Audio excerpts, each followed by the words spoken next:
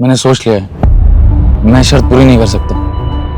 लेकिन अगर तुमने शर्त पूरी नहीं की तो वो हमारी शादी नहीं होने देंगे। और अगर ऐसा हुआ ना तो मैं अपनी जान दे दूंगी। मैं भी तेरे लिए अपनी जान दे सकता हूँ यार, लेकिन मैं शर्त पूरी नहीं कर सकता यार। एक ऐसी शर्त जो पूरी ना हो तो मौत के सिवाय और कुछ नहीं, और अगर पूरी हो तो भी जिंदगियां बचाना मुश्किल। ये कोई शर्त नहीं थी बल्कि मौत का एक खेल था। ये साल 2019 का एक दिल दहला देने वाला केस था, जिस साल को विदा देकर अब हम साल 2020 में आ चुके हैं। लेकिन गुजरा हुआ साल 2019 जब शुरू हुआ था तो उसके आगमन के साथ साथ कुछ ऐसी वारदातें सामने आई थी जिनमें कुछ जिंदगियों के लिए वो साल आखिरी साबित हुआ था, और इन सब की वजह बनी थी वो शर्त। 55, 56, 57, 58, 59, Happy New Year!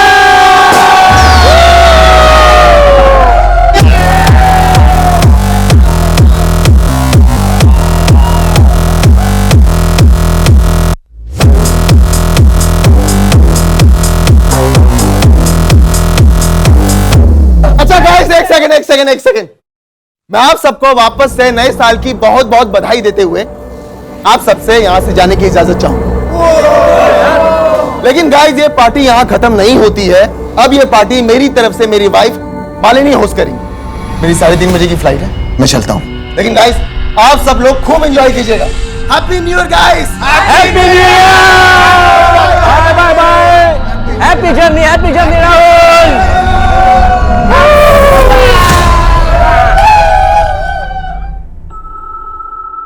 राहुल, तू तो चला जाएगा पर तेरी बहन अभी तक नहीं आई।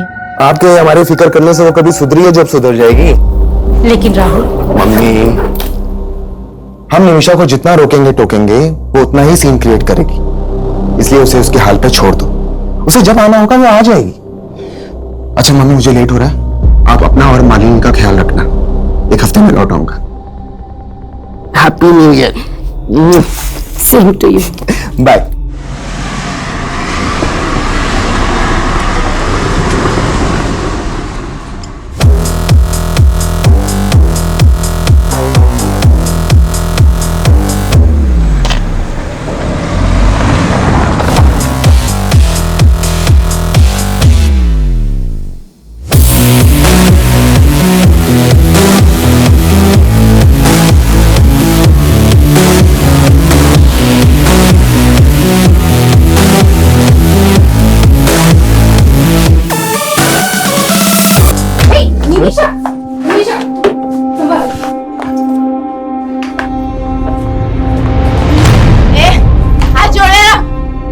तेरी हिम्मत कैसे मुझे छूने की? होश में आ निमिषा, ये क्या तमाशा लगा रखा है सबके सामने? और तुम दोनों यहाँ खड़े क्यों हो? निकलो यहाँ से। माँ, वो मेरे दोस्त है, उनकी इंसल्ट मत करो। और ये भी तुम्हारी भाभी है। मम्मी जी, जाने दीजिए। Everyone, we are so sorry. हमारी वजह से आज आपकी पार्टी खराब। भाभी जी, इट्स ओके, नो प्रॉब्लम। चलो निकलते, चलो। तुम दोनों नहीं जाओगे क्या? तुमने बिगाड़ा है इसे। रुको, तुम लोग कहीं नहीं जाओगे। हम यही पार्टी करेंगे इन लोगों की आंखों के सामने।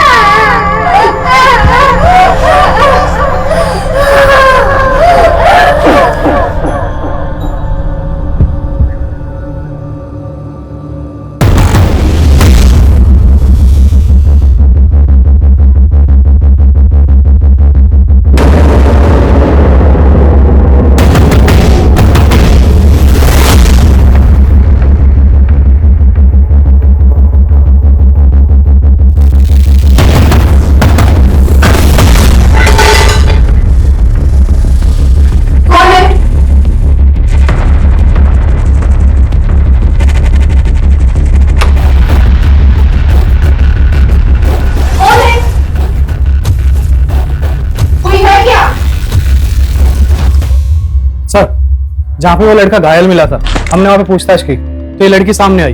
ये उस लड़के को जानती है। साहब, साहिल है वो। कहाँ है? मुझे उससे मिलना है। अभी बेहोश है लेकिन जल्दी होश में आ जाएगा। वैसे तुम क्या लगती हो उसकी?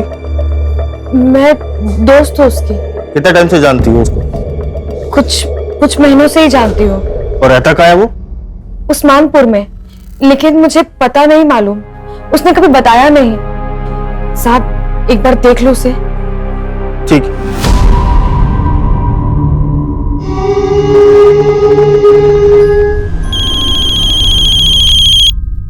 हाँ शर्मा जी।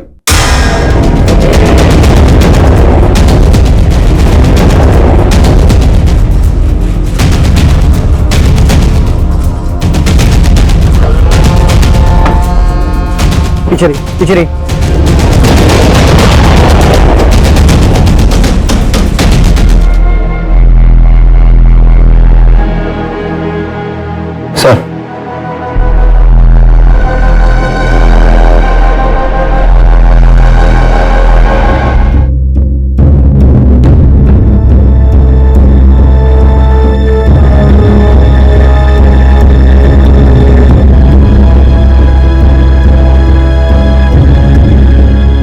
सर, इन 2 मर्डर के साथ साथ इस घर में लूट भी हुई है। 2 कत्ल हुए हैं, लूट हुई है। ये दोनों फीमेल्स यहाँ पे अकेली रहती थी? नहीं सर, एक बेटा राहुल और उसकी बहन निमिषा भी रहती है। राहुल कल मीटिंग के लिए सिंगापुर गए, उसको इन्फॉर्म किया है। और उसकी बहन निमिषा? सो उसका पता नहीं, और उसका फोन भी नहीं लग रहा है। ऐसे भी उसको अपनी फैमिली की कुछ पड़ी नहीं है। मतलब? सर, हमारी सोसाइटी में 5 घर है और हर साल एक घर का नंबर आता है जो न्यू ईयर की पार्टी देता है। कल न्यू ईयर की पार्टी शुरू हुई तो राहुल निकल गया क्योंकि उसको सिंगापुर जाना था, और उसके बाद उसकी बहन नशे की हालत में अपने दोस्तों के साथ आई थी। तुम लोग कहीं नहीं जाओगे, हम यही पार्टी करेंगे। तेरी पार्टी तो मैं नहीं बुलाती। चल जरा, तुम लोग पार्टी। मेरे दोस्त हैं वो लोग, ये लोग मुझे छोड़ के कभी नहीं जाएंगे, और मैं तुम लोगों को छोड़ के अभी जा रही हूँ।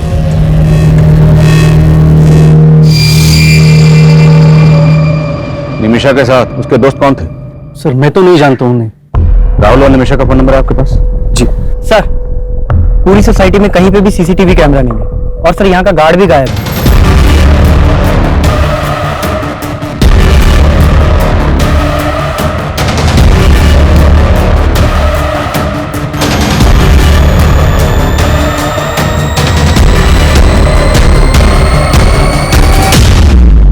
नाम क्या है गार्ड का?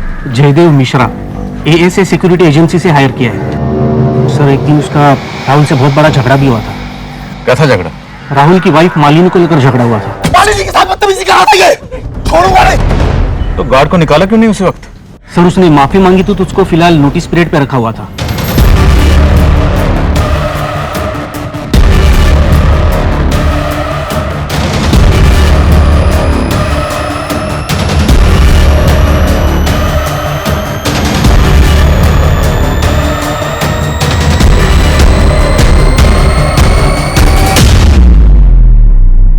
सर, मेरी अभी राहुल से बात हुई। सिंगापुर से 5 घंटे बाद इंडिया की फ्लाइट है, उसी से आ पाएगा वो।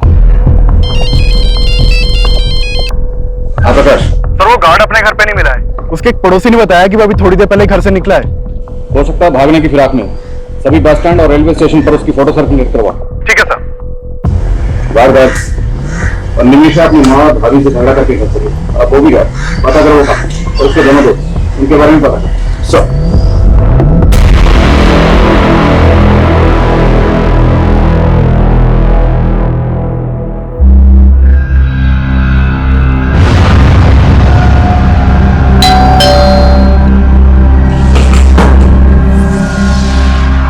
हेलो सर, आपका रेगुलर कोर्स है।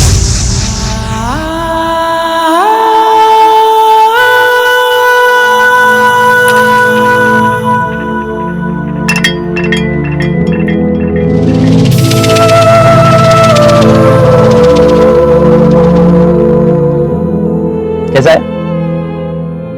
बहुत अच्छा है। चांदनी चौक से खरीदा है, पूरे 200 रुपए में। चांदनी चौक? हमें तो कभी नहीं लेके गए तुम चांदनी चौक, अकेले होके आ गए। अरे यार, तुझे तो मैं कुल्लू मनाली लेके जाऊंगा, पहले एक बार शादी तो कर ले। और मैं तुझे जहन्नुम पहुंचाऊंगा साले, तेरी तो। छोड़ उसे। साले तो तुम हो इसके, होने वाला बहनोई है तुम्हारा, समझे? अगर ऐसा हुआ ना बहन रहेगी ना बहनोई, दोनों को काट के फेंक दूंगा, समझी? साले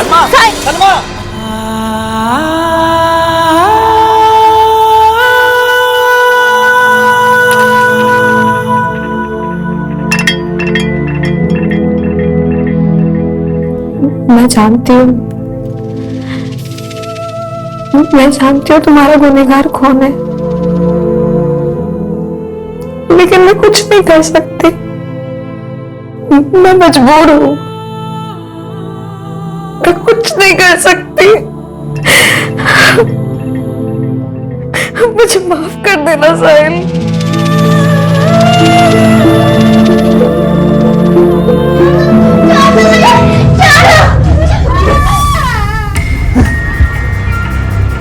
साहिल, साहिल, डॉक्टर, डॉक्टर, देखिए ना क्या हो रहा है इसे। बात की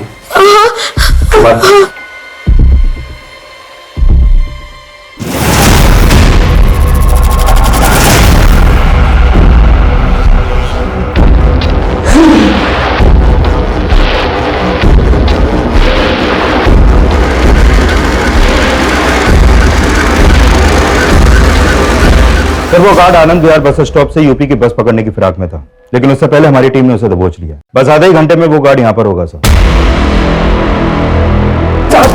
साहब मैंने कुछ नहीं किया। साहब मैंने कुछ नहीं किया। मैं डर गया था कि आप लोग मेरे ऊपर शक करो। राहुल की वजह से तुझे नौकरी छोड़ने का नोटिस मिला था, इसी बात का बदला लिया ना तूने। और राहुल की बीवी के ऊपर तेरी बुरी नजर थी ना। मैडम ने गलत सोच लिया था साहब। अरे भैया, वो वाली इंग्लिश फिल्म जरा हमको भी दिखाओगे क्या? भैया बड़ा मजा आएगा, हम कहते थे। Madam sorry. हाथ कैसे लगाया तुमने? और फिर राहुल साहब ने भी आके बेकार में बजा दिया। उस वक्त तू ड्यूटी पे था ना, फिर तेरी ड्यूटी पे रहते इतना बड़ा कांड कैसे हो गया? साहब मानता हूँ कि मैं ड्यूटी पे था, लेकिन उस रात मैंने थोड़ी सी पी ली थी साहब। सुबह जब आँख खुली तो राहुल साहब का घर का दरवाजा खुला दिखा साहब। वहां जाके देखा तो अंदर 2 लाशें पड़ी थी साहब। मैं डर गया कि पुलिस मुझे पकड़ ली और फिर मैं भाग गया साहब वहां से। तू भागा इसलिए था क्योंकि तूने उन किलर्स को एंट्री दी थी। तू भी उनके साथ मिला हुआ था ना। चल सच सच बता, और कौन कौन शामिल है इस कांड में, और ये लूट का माल कहां रखा है? मैं सच बोल रहा हूँ साहब, मुझे कुछ नहीं पता। हमने उस गार्ड को बहुत तोड़ा, लेकिन वो कुछ उगल नहीं रहा। क्या आपको किसी और पर शक है? सर, उस आदमी पर भरोसा मत कीजिए सर, पक्का उसी ने कुछ किया है सर, तभी तो वो भाग गया था। आपकी बहन निमिषा कहाँ है? हमें पता चला है कि आपकी बहन की आपकी माँ या आपकी बीवी किसी से नहीं बनती थी, सब उससे परेशान थे। और जिस दिन वो घर से गई उस दिन भी आपकी माँ और बीवी से झगड़ा करके गई। सर, आप कहना क्या चाहते हैं? सर, वो मेरी बहन है। माना कि वो थोड़ी बिगड़ैल थी, लेकिन सर वो ऐसा कुछ नहीं कर सकती। सर प्लीज आप उसे ढूंढिए। आप हमारी मदद कीजिए। आप निमिषा के दोस्तों के बारे में कुछ तो जानते होंगे। सर, मैं हमेशा अपने बिजनेस में बिजी रहता था, और फिर निमिषा को भी पसंद नहीं था कि कोई उसकी पर्सनल लाइफ में इंटरफेयर करे। हमें आपकी बीवी और माँ की कलाई पर ये कुछ मार्क्स मिले। इन मार्क्स से रिलेटेड आपको कुछ भी पता है? ध्यान से देखिए, छोटी से छोटी इंफॉर्मेशन भी हमारे लिए बहुत काम की हो सकती है। सर, मेरी तो कुछ समझ में नहीं आ रहा है सर। एक ही झटके में मेरी पूरी फैमिली।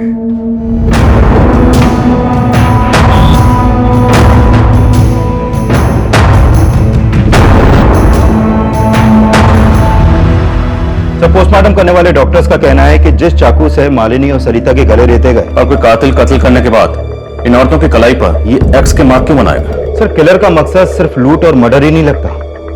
पोस्टमार्टम रिपोर्ट में यह भी सामने आया है कि मालिनी के साथ रेप भी हुआ था, वो भी इसकी हत्या के बाद। कत्ल करने के बाद रेप, ये किलर जो भी है बहुत ही विकृत मानसिकता का है। ये वो गार्ड भी हो सकता है, उसी की मालिनी पर बुरी नजर थी। उस गार्ड को बहुत तोड़ा, लेकिन वो कुछ उगल ही नहीं रहा। एक बात और सर, मालिनी की बॉडी पर 2 आदमियों के डीएनए मिले। 2 लोग? उस रात निमिषा के साथ भी उसके 2 दोस्त देखे गए थे। निमिषा का कुछ पता चला? नहीं सर, निमिषा का कुछ पता नहीं चला, लेकिन उसके कॉल रिकॉर्ड्स में मौजूद सभी नंबर्स में से मैं 2 लड़कों को जीरो डाउन कर रहा हूं, जो उस रात पार्टी में निमिषा के साथ देखे गए थे। 2 कत्ल हुए, कत्ल के बाद मालिनी का रेप किया गया। मामला सीरियस है।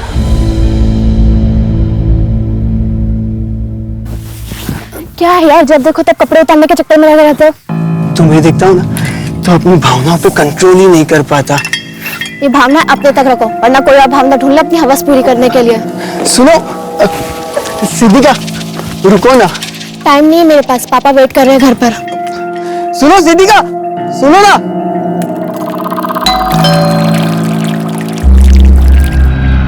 हेलो सर, हेलो, आपका रेगुलर पिज्जा। Thank you. चाय पियोगी? No thank you sir.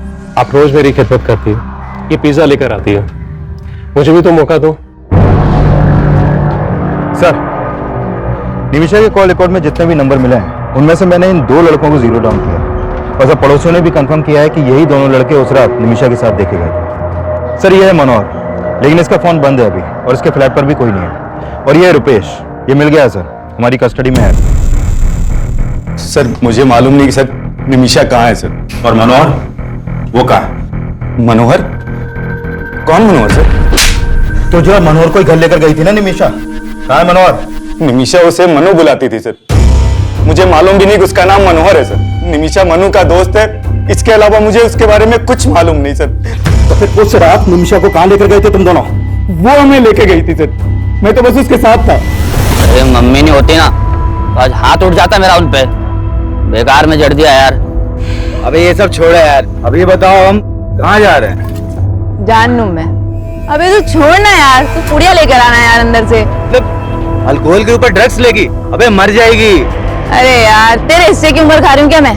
तुम्हार मनु, तुम मुझे घर ड्रॉप कर दे यार। ड्राइवर समझा है क्या? चल निकल। मैं बहुत मुश्किल से घर पहुंचा था, मुझे नहीं पता कि उसके बाद वो दोनों कहाँ गए थे। मतलब तो खुद को भी बचा रहा है और मनु को भी। बेटा सच तो यह है कि उन थप्पड़ों का बदला लेने के लिए तूने और मनु ने मिलकर पहले निमिषा की भाभी और माँ को मारा और फिर निमिषा को भी गायब कर दिया। सर ऐसा नहीं है सर। सर मुझे तो कहानी कुछ और ही लग रही है सर। कौन सी कहानी? निमिषा अपनी माँ और भैया भाभी से बहुत तंग थी सर, और मनु निमिषा के लिए कुछ भी कर सकता था सर। मतलब तो कहना चाहता है कि निमिषा ने मन्नू के साथ मिलकर अपनी माँ और भाभी को मरवा दिया और फिर अपनी भाभी का रेप भी करवा दिया। देख, तेरा डीएनए टेस्ट होगा तो सब कुछ सामने आ जाएगा। उससे तो अच्छा है कि तू उगल दे। सर मैंने कुछ नहीं किया सर, मेरी बात मानिए सर, मैंने कुछ नहीं किया सर। मैं सच बोल रहा हूँ सर, मैं सच बोल रहा हूँ नहीं सर, मैंने कुछ नहीं किया सर। हाँ चल, मैं तुझे बात करती हूँ। हाँ, बाद में बात करती हूँ। बाय। Hello sir. हेलो। आज अंदर नहीं बुलाएंगे? अरे आप आइए ना, आपको तो इस घर में हमेशा वेलकम। सर इस मनोहर का एक नाम मन्नू भी है। खबरियों से इंफॉर्मेशन मिली है कि ये मनोहर और मुन्नू एक ड्रग्स पैडलर है।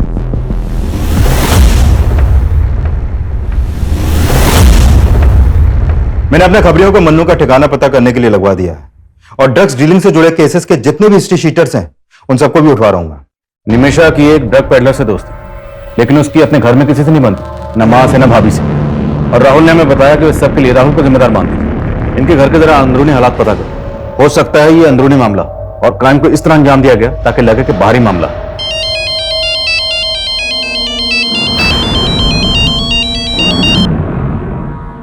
यहां इतना कुछ हो गया और तुम ये सब, प्लीज मुझे फोन करना बंद करो। तुम्हें पता है यहां क्या क्या हुआ है? सर अगर ऐसा है तो इन लाशों पर एक्स मार्क्स की कहानी हमें भटकाने की कोई चाल हो सकती है। अभी तक तो ऐसे ही लग रहा है, बट यू नेवर नो, हो सकता है इन एक्स मार्क्स के पीछे भी कोई और ही कहानी छुपी है। Find out. Okay sir.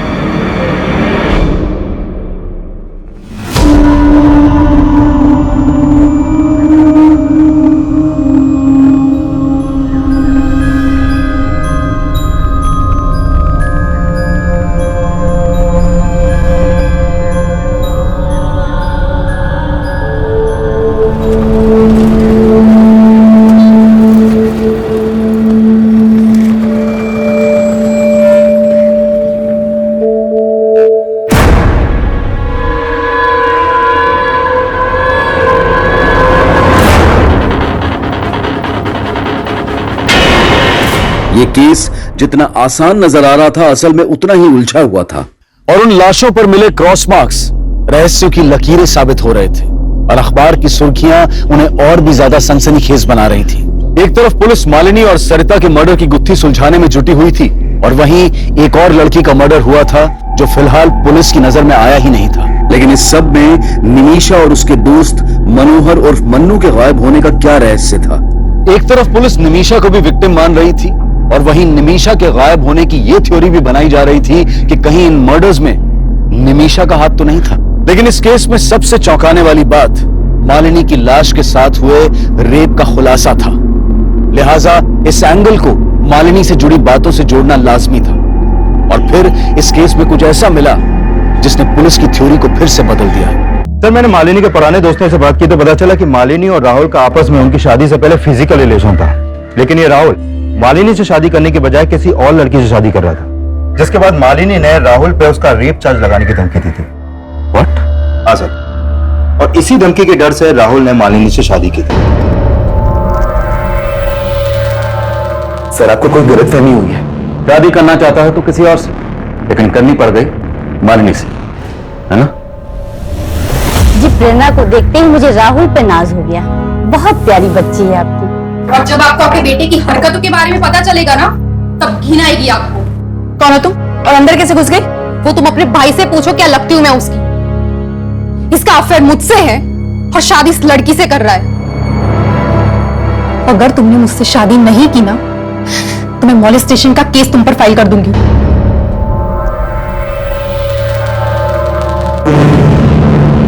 जो भी हुआ, लेकिन सर अब मैं मालिनी को अपनी बीवी स्वीकार कर चुका था। और तेरी गर्लफ्रेंड प्रेरणा, उससे तब भी टच में हो ना?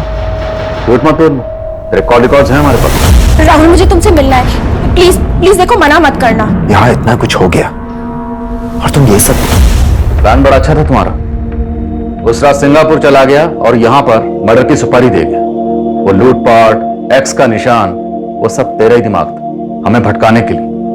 अपनी बीवी से इतनी नफरत कि उसकी लाश के साथ रेप करवाया तुमने। बस कीजिए सर, मैं इतना गिरा हुआ इंसान नहीं हूं। अपनी मां को क्यों मरवाऊंगा मैं? तेरी बहन गायब है। आप लोग असली गुनहगार को तो पकड़ नहीं पा रहे, तो मुझ पर ऐसे आरोप लगाने लगे। ठीक, तुम जा सकते। इस पर इसकी गर्लफ्रेंड प्रेरणा, नजर रखो दोनों। सर, कंट्रोल रूम से फोन आया था, बुद्धा गार्डन के पास एक लड़की की लाश मिली है।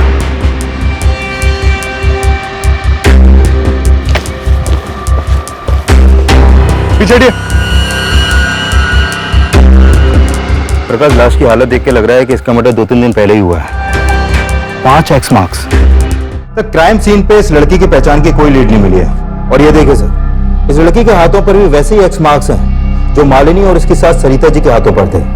सर, उस डबल मर्डर और एक्स मार्क्स की खबरें अखबारों में बहुत छप रही हैं। तो हो सकता है कि किसी ने उन मर्डर्स का मोडस ऑपरेंडी इस्तेमाल करके इस लड़की को मारा हो। गौर करने वाली बात यह है कि इस लड़की की कलाई पर 5, मालिनी के हाथ पर 1 और मालिनी के साथ सरिता जी के हाथ पर 2 एक्स के निशान। तो हो सकता है इस लड़की के कत्ल का इन दोनों मर्डर से कोई न कोई ताल्लुक हो, या निमिषा और मन्नू से। और ये दोनों ही गायब हैं सर, कोई ना कोई रास्ता है।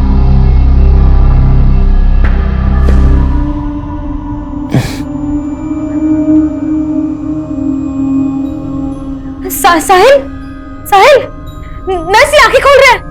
साहिल, साहिल, साहिल, हाँ हाँ, आंखें खोलिए।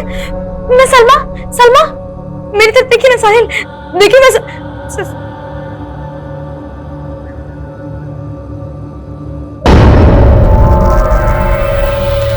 हमारा रिश्ता किसी गलतफहमी की वजह से नहीं टूटा था। मालिनी ने जो कहा था वो एक सच था, और जब मैं उससे झूठ बोलकर तुम्हें मनाने की कोशिश कर रहा था तो तुमने नहीं माना। देखो राहुल, मैं पुरानी बातें दोहराना नहीं चाहती।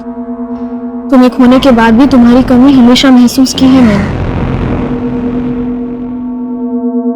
और अब जो तुम कर रही हो वो मुझे सही नहीं लग रहा।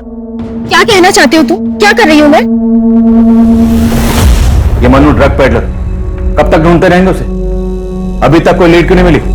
सर, हमने जिन ड्रग पेडलर्स को उठाया था उनके पास से मन्नू के 2 नंबर मिले थे, लेकिन सर दोनों नंबर बंद आ रहे हैं। तो क्या करें? आपके हाथ रख के इंतजार करें कि वो अपना नंबर कब ऑन करेगा? 24 घंटे का वक्त है। 24 घंटे के अंदर अंदर ये मन्नू मुझे यहां चाहिए। Sir, coming sir. कहाँ? तो जिस लड़की की लाश हमें जंगल में मिली थी उसकी पहचान पता चल गई है। उस लड़की का नाम सिद्धिका है। इस सिद्धिका का मालिनी या उसकी सास सरिता से कोई कनेक्शन? नहीं सर, ऐसा तो कोई कनेक्शन नहीं मिला। इवन सिद्धिका के फादर तो राहुल की फैमिली में से किसी को जानते तक नहीं है। लेकिन हाँ सर, सिद्धिका के एक बॉयफ्रेंड का पता चला है। इसका नाम है कौशल। और सर, साकेत पुलिस से पता चला है कि सिद्धिका का फोन जिस एरिया में बंद हुआ था, उस एरिया में इस कौशल का फोन भी अक्सर एक्टिव रहता था। साहिल, बताओ कौन था वो? किसने तुम्हें जान से मारने की कोशिश की थी?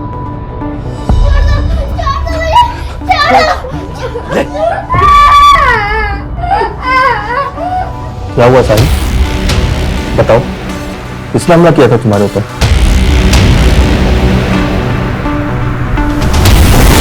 मैंने किसी को नहीं मारा सर। तिवारी, सर, मैं तो सिद्धिका से बहुत प्यार करता था, मैं उसको क्यों मारूंगा? जहां पर सिद्धिका की लाश मिली वहीं पर तू उससे मिलता था।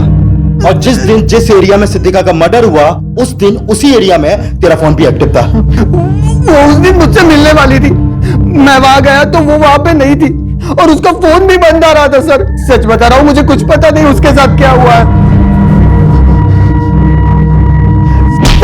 सर नहीं मारा मैंने किसी को।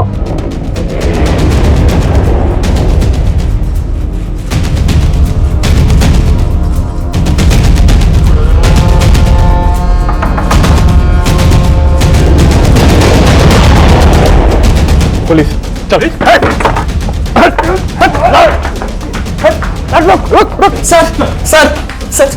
निमिषा कहाँ है? सर, निमिषा ने कुछ नहीं किया सर। सर, मैंने भी कुछ नहीं किया। जो पूछ रहा हूँ वो बता, निमिषा कहाँ है? अरे जाना मन्नू, तू लेके यार कार के अंदर से। अरे यार निमिषा, वो रुपए सही बोल रहा था। फिर दारू के साथ ड्रग्स लेगी तो मर जाएगी तू यार। अबे साला तू भी फट्टू है, मैं खुद ले लेती हूँ, चल।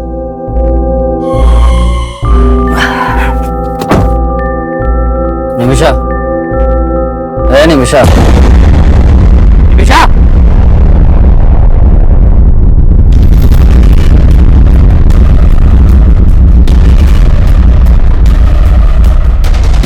सर, मैं सच बोल रहा हूँ सर, ये खुद अपनी मौत मरी है। मैं बहुत डर गया था सर, इसलिए मैंने इसकी लाश यहाँ लाके फेंक दी, पर मैंने किसी को नहीं मारा सर। मैंने कोई मर्डर नहीं किया, कोई मर्डर नहीं किया।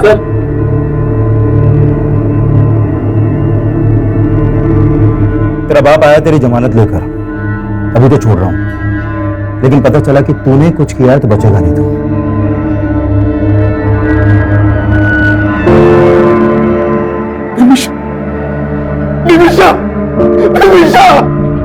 निमिषा की पोस्टमार्टम रिपोर्ट से यह सामने आया था कि निमिषा की मौत ड्रग्स की ओवरडोज की वजह से हुई थी, लेकिन इसका मतलब यह भी नहीं था कि पुलिस मनोहर और मन्नू पर भी पूरी तरह से भरोसा कर रही थी।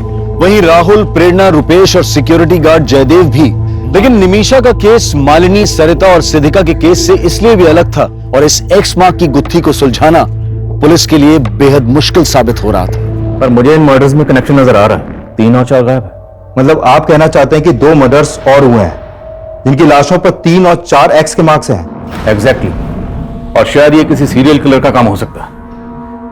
1X, 2X और 5X, बीच में 3X और 4X गायब है। आसपास के थानों में पता करो। मालिनी, सरिता और सिद्धिका के मर्डर के दौरान जितनी भी मिसिंग कंप्लेंट दर्ज हुई सबके बारे में पता लगाओ।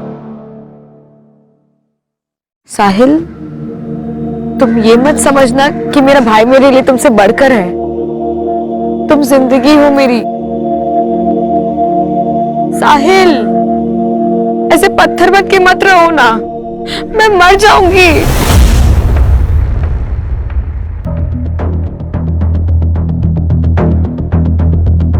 जय सर।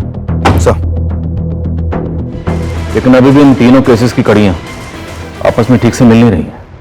सिद्धिका, सरिता और मालिनी के बीच में हमें कोई कनेक्शन नहीं मिला, लेकिन इन तीनों वारदातों के बीच में कोई ना कोई कनेक्शन जरूर है, और वो कनेक्शन क्या है इसका हमें पता लगाना है। हेलो सर, योगेंद्र शर्मा के पड़ोसियों से पता चला है कि काफी टाइम पहले तक यहाँ पर एक मेड भी काम करती थी, जो काफी दिनों से यहाँ पर नहीं दिखी। कौन थी वो मेड, और उसका इस कत्ल से क्या ताल्लुक? सर, उस मेड के बारे में तो यहाँ पर ज्यादा लोग नहीं जानते, लेकिन एक कॉमन बात का पता चला है। हाँ सर, योगेंद्र जी मेरे दूर के कजिन थे। आपके दूर के कजिन का कत्ल भी ठीक उसी वक्त हुआ जिस वक्त आपकी पड़ोसन।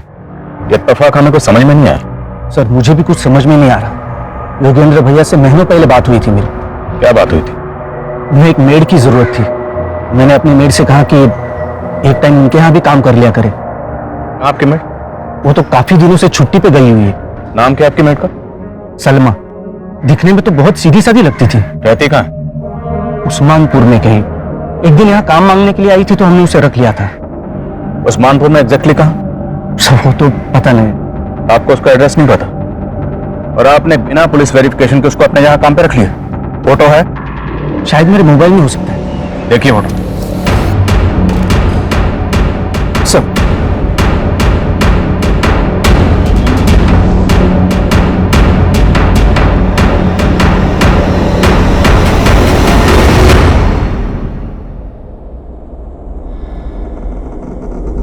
मालिनी और सरिता के पड़ोसी का दिलीप शर्मा से कॉमन कनेक्शन मिला। हो सकता है सिद्दीका से भी इस मेड सलमा का कोई कनेक्शन हो। योगेंद्र ने हमें बताया था कि सलमा उस्मानपुर में कहीं रहती। हिमांशु, पूरा इलाका छान मार और ढूंढ निकाले सलमा। एक के बाद एक जिस तरह से ये लाशों पर एक्स के निशान बढ़ते जा रहे हैं तो मुमकिन है अभी और मर्डर्स हो और उनकी कलाई पर ये एक्स के निशान 6, 7 या 8 भी हो सकते हैं। लेकिन हमें उन्हें रोकना है। हमें किसी भी सूरत में इस क्राइम को होने से रोकना है। Is that clear? Yes sir. Police ऐसी हत्याओं को रोकने की कोशिश में भी जुटी थी और सलमा की तलाश में भी कोई कसर नहीं छोड़ रही थी। साल 2019 की 1 जनवरी से लेकर अब तक पूरे 28 दिन गुजर चुके थे और पुलिस को 28 जनवरी 2019 को एक अहम लीड मिली। सर तकरीबन 10 दिन पहले 18 जनवरी की रात बाईपास रोड के पास वाले जंगल में हमें एक साहिल नाम का लड़का घायल अवस्था में मिला था सर। और सर ये लड़की सलमा उसकी दोस्त थी जो हॉस्पिटल में उससे मिलने आया करती थी। सर साहब साहिल है वो। कहाँ है? मुझे उससे मिलना है। अब कहाँ है लड़की? सर 3 दिन पहले ये लड़की उस लड़के को हॉस्पिटल से डिस्चार्ज करा के ले गई थी। कहाँ ले गई? सर उसने एड्रेस लिखवाया था लेकिन जब हमने चेक किया तो एड्रेस गलत निकला सर। और वो लड़का, उसको क्या हुआ था? सर उसके ऊपर जानलेवा हमला हुआ था। जब उसे होश आया तो हमने उसका बयान भी लिया था। मैं तो जा रहा था सर, किसी ने पीछे से चाकू घोंप दिया सर। उसके बाद क्या हुआ मुझे नहीं पता सर। लेकिन लड़के ने किसी के ऊपर शक नहीं जताया सर। उस लड़के की बॉडी पर या कहीं भी इस तरह का कोई मार्क्स था? नहीं सर, हमें तो मामला लूट का ही लग रहा था क्योंकि उसका पर्स और मोबाइल दोनों गायब थे सर। इसलिए तुमने उनको जाने दी? एक आम लड़की ने गलत एड्रेस लिखवाया और चकमा देके निकल गई and you call yourself A policeman. इतनी लापरवाही कैसे कर सकते? कुछ आइडिया आपको? कितने मर्डर हो रहे? 31 दिसंबर की रात को रोहिणी में 2 मर्डर हुए, फिर 6 जनवरी को केशवपुर में 2 मर्डर हुए, 14 जनवरी को एक लड़का एक लड़की का मर्डर हुआ और 18 जनवरी को तुम्हें एक लड़का मिला जिस पर चाकू से जानलेवा हमला हुआ। और 20 दिसंबर से मैं सलमा को ढूंढ रही हूं। कब से? 20 दिसंबर से। And today is what? 28। 8 दिन बाद तुम हमारे पास आए। Sorry sir. Thank you. Photo ली आपने उस लड़के की? जी सर।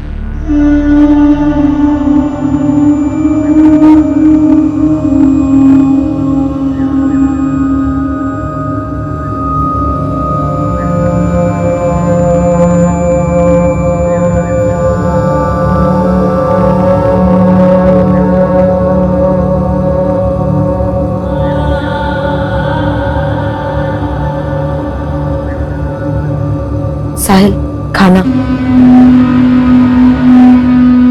साहिल अभी भी गुड़िया के बारे में सोच रहे हो?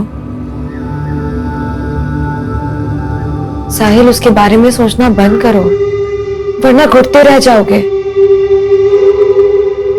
सर 18 जनवरी की रात को वो लड़का बाईपास रोड के पास एक जंगल में मिला था और मैंने चेक किया कि 18 जनवरी की रात को नरेला में भी एक वारदात हुई थी। नरेला पुलिस से उस केस की अपडेट ली है सर मैंने। सर ये बच्ची है गुड़िया, नरेला में अपने पेरेंट्स के साथ रहती थी। 18 जनवरी की रात को इनके घर में लूट की कोशिश हुई थी जिसमें इस बच्ची का मर्डर हो गया। इस बच्ची का गला भी उसी तरह रेता गया जैसे मर्डर केसेस अपने एरिया में सामने आए हैं सर। क्या इस बच्ची की कलाई पर भी एक्स का मार्क बनाया गया था? नहीं सर, इसकी कलाई पर कोई भी एक्स मार्क नहीं मिला, लेकिन इस मर्डर का मोडस ऑपरेंडी सेम है। इस बच्ची की फैमिली से मिलो, शायद कोई लीड मिल जाए। Okay sir.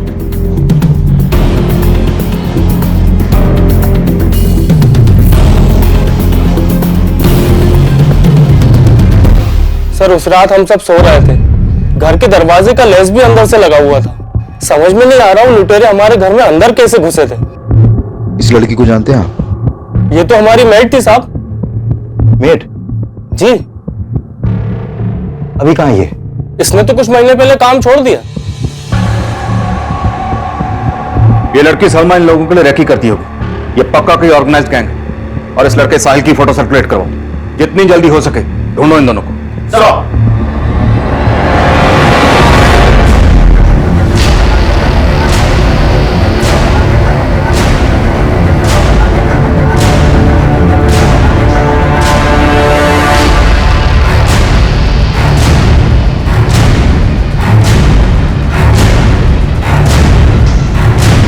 साहिल जल्दी चलो, पुलिस है। साहिल चलो।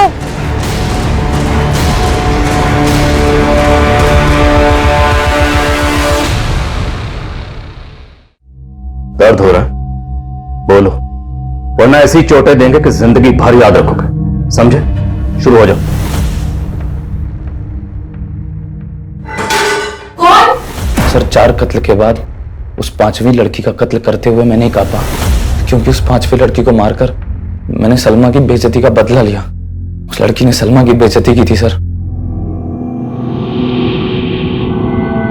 एक चोर! रुक रुक रुक! साहिल, साहिल क्या हुआ? तू रोक क्यों रही है? उस लड़की ने मुझे थप्पड़ मारा और बहुत कुछ सुनाया। मैंने बस उसका पर्स लिया था, उसी पे वो भड़क पड़ी। चल। और फिर सलमा ने गुड़िया के घर को अपना टारगेट बनाया था, जहां मुझे आखिरी कत्ल करना था। सर मैंने नहीं सोचा था कि वहां मुझे उस बच्चे को मारना पड़ेगा।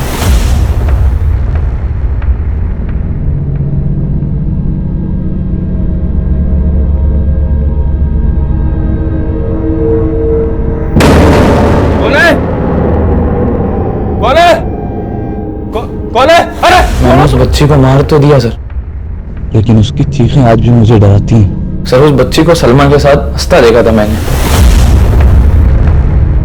मालूम नहीं था कि उस बच्ची को भी मैं, सर अगर गुड़िया मेरी पहली शिकार होती तो मैं कभी दूसरी हत्या ना कर पाता। अरे मर गया लगता है ये।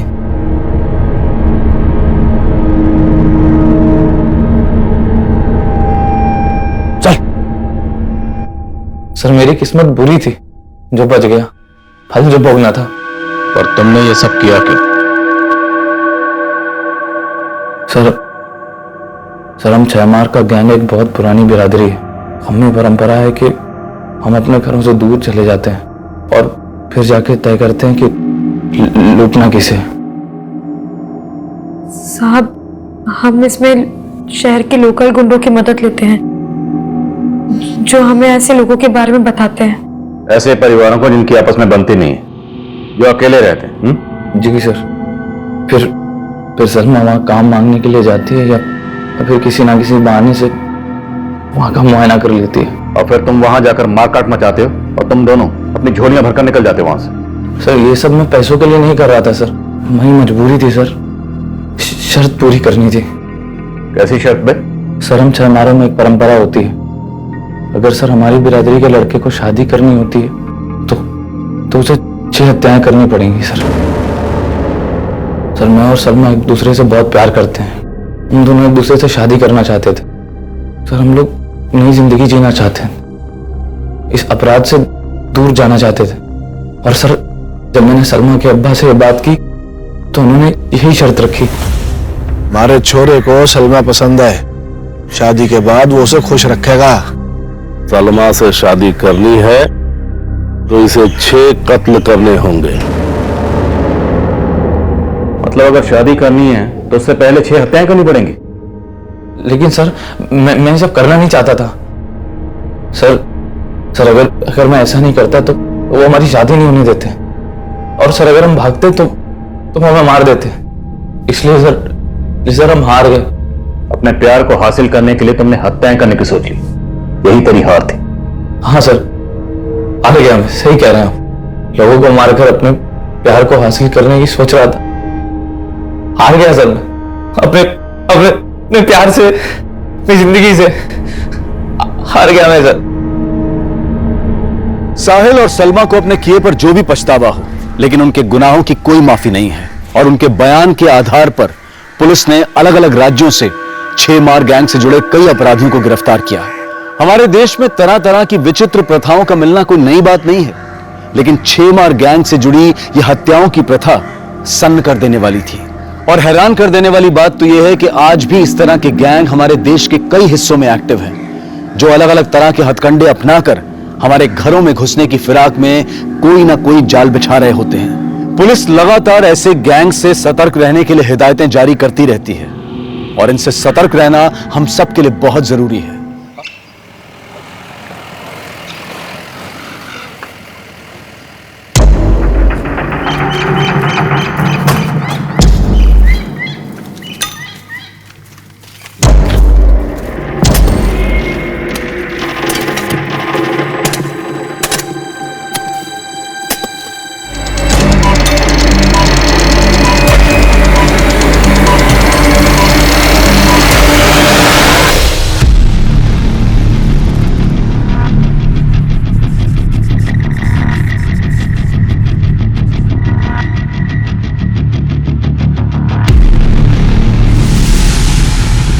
नमस्कार, आदाब। मैं अनूप सोनी क्राइम पेट्रोल सतर्क के ब्लैक हेडलाइंस अध्याय के आज के एपिसोड में आप सबका स्वागत करता हूं। कहते हैं कि समय हर घाव को भर देता है, लेकिन कुछ घाव ऐसे होते हैं जो भर तो जाते हैं लेकिन हमेशा के लिए एक दर्द छोड़ जाते हैं। आज के ब्लैक हेडलाइंस अध्याय के केस में भी कुछ ऐसा ही हुआ था। जब कुछ पुराने पाप उभर कर नए रूप में सामने आए तो उन्होंने कई जिंदगियों को जुर्म की चपेट में ले लिया। शादी कर ले उससे, लेकिन सोना मत। उसके साथ सोई ना तो फिर देख लेना।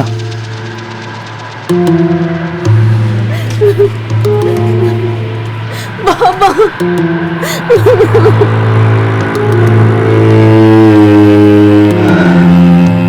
तुम तो कह रहा था शादी नहीं करेगा। अरे यार, करनी पड़ रही है, बाबा नहीं मान रहे थे।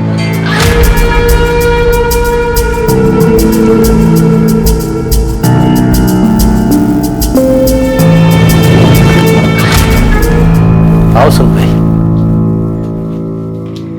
ये है तुम्हारा घर। आज गोकुल की माँ होती तो करती सारे रीति रिवाज। मैं तो स्वागत ही कर सकता हूँ।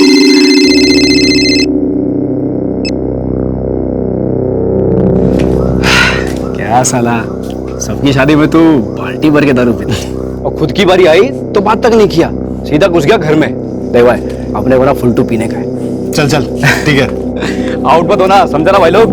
गोकुल गोकुल गोकुल।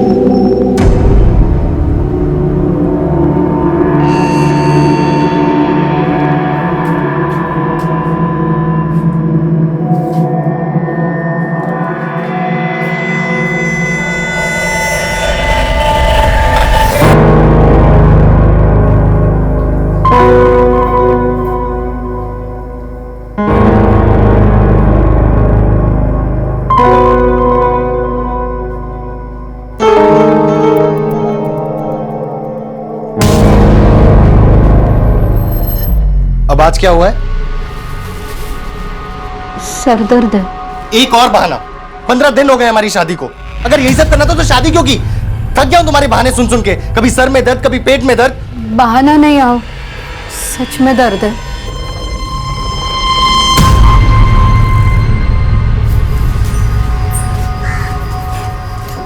आओ चाह।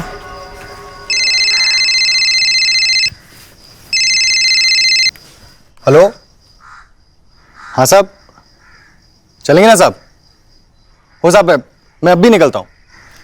मुंबई का भाड़ा है, मैं बस यूं गया और यूं आया। और वैसे भी आज की रात मेरे लिए बहुत स्पेशल है। लवकर है।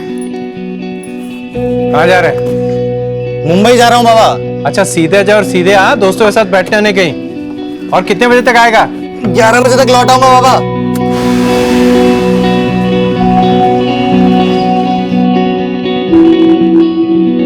नहीं आया तुम्हारे पास भी? ठीक है, अगर वो आया या उसका फोन है तो मुझे फोन करके बता देना। उमेश कह रहा है उसके घर पे भी नहीं आया। कहाँ का भाड़ा लेकर गया था?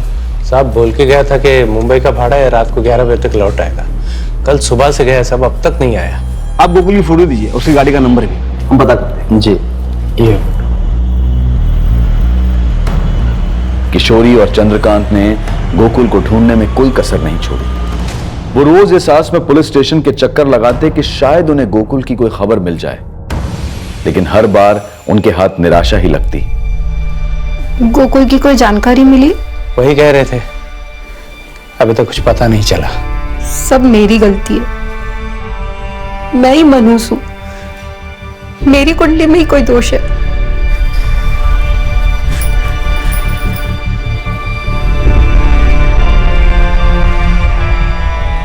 समय बीतता गया, लेकिन लाख कोशिशों के बावजूद गोकुल का कुछ पता नहीं चला। ना ही गोकुल की टैक्सी मिली और ना ही उसका कोई नामो निशान। गोकुल की पहचान समय की रेत में ढक कर रह गई और उसकी फाइल भी पुलिस स्टेशन में नए केसेस के नीचे दब गई।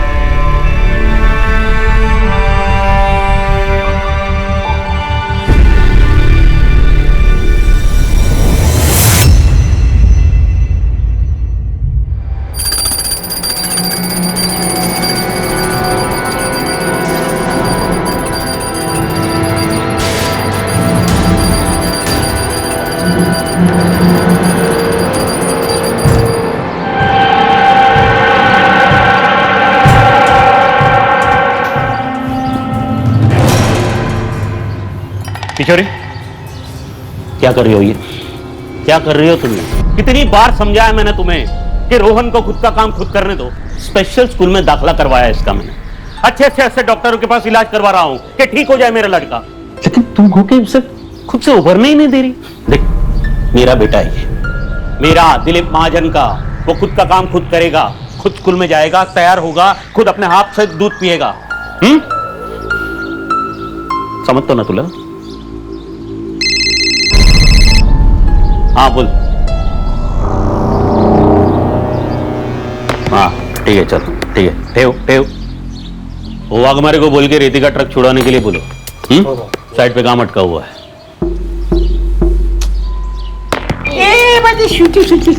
चलो पापा लोग उशीर होते, ओके? चॉकलेट खाते हो? चलो bye bye bye bye bye.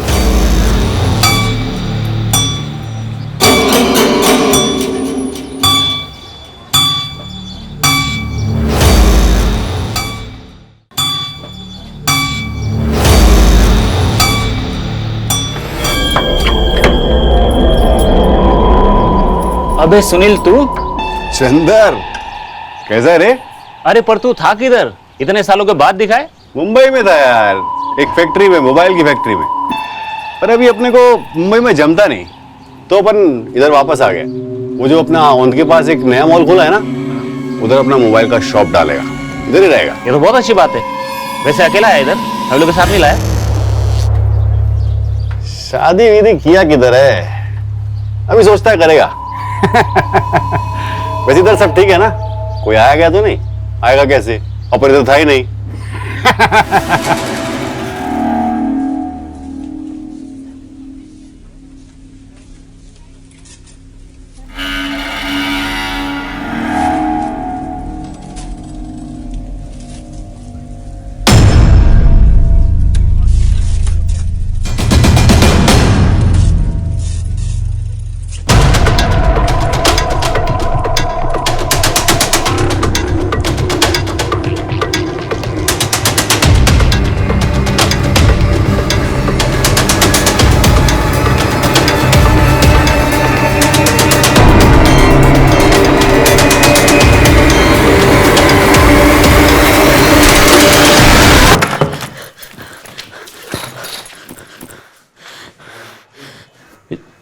काय झालं रे किशोरी? आज वो पीछा करते करते घर तक आ गया, अभी भी बाहर ही खड़ा है।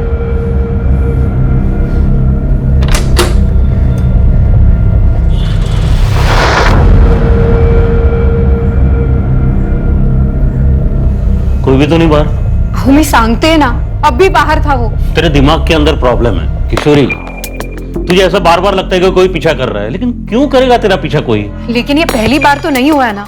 उस दिन जब मैं अगरबत्ती लेने गई थी तब भी वो मेरा पीछा कर रहा था। चल मी मंगला संग तुम्हारे साथ जाएगा जहां जाना होगा। उसकी जरूरत नहीं है, अगली बार किसी ने मेरा पीछा किया तो मैं पुलिस स्टेशन चली जाऊंगी।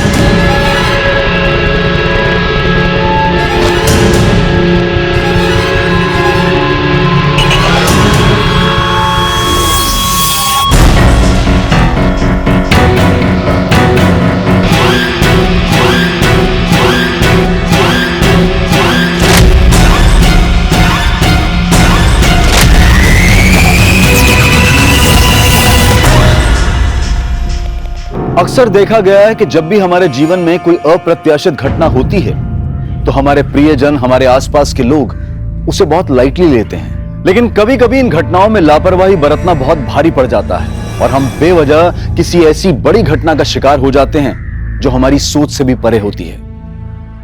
अमन, स्कूल से आते वक्त सीधे घर आ जाना, कहीं खेलने मत लग जाना। Okay okay aunty, bye.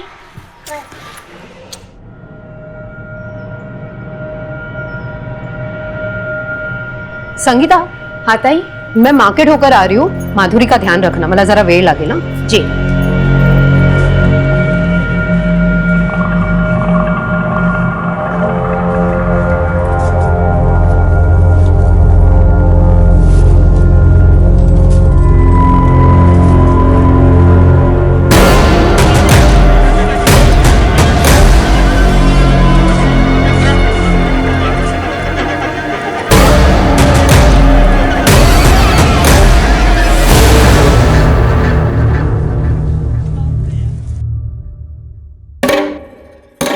ताई, कहाँ थी आप?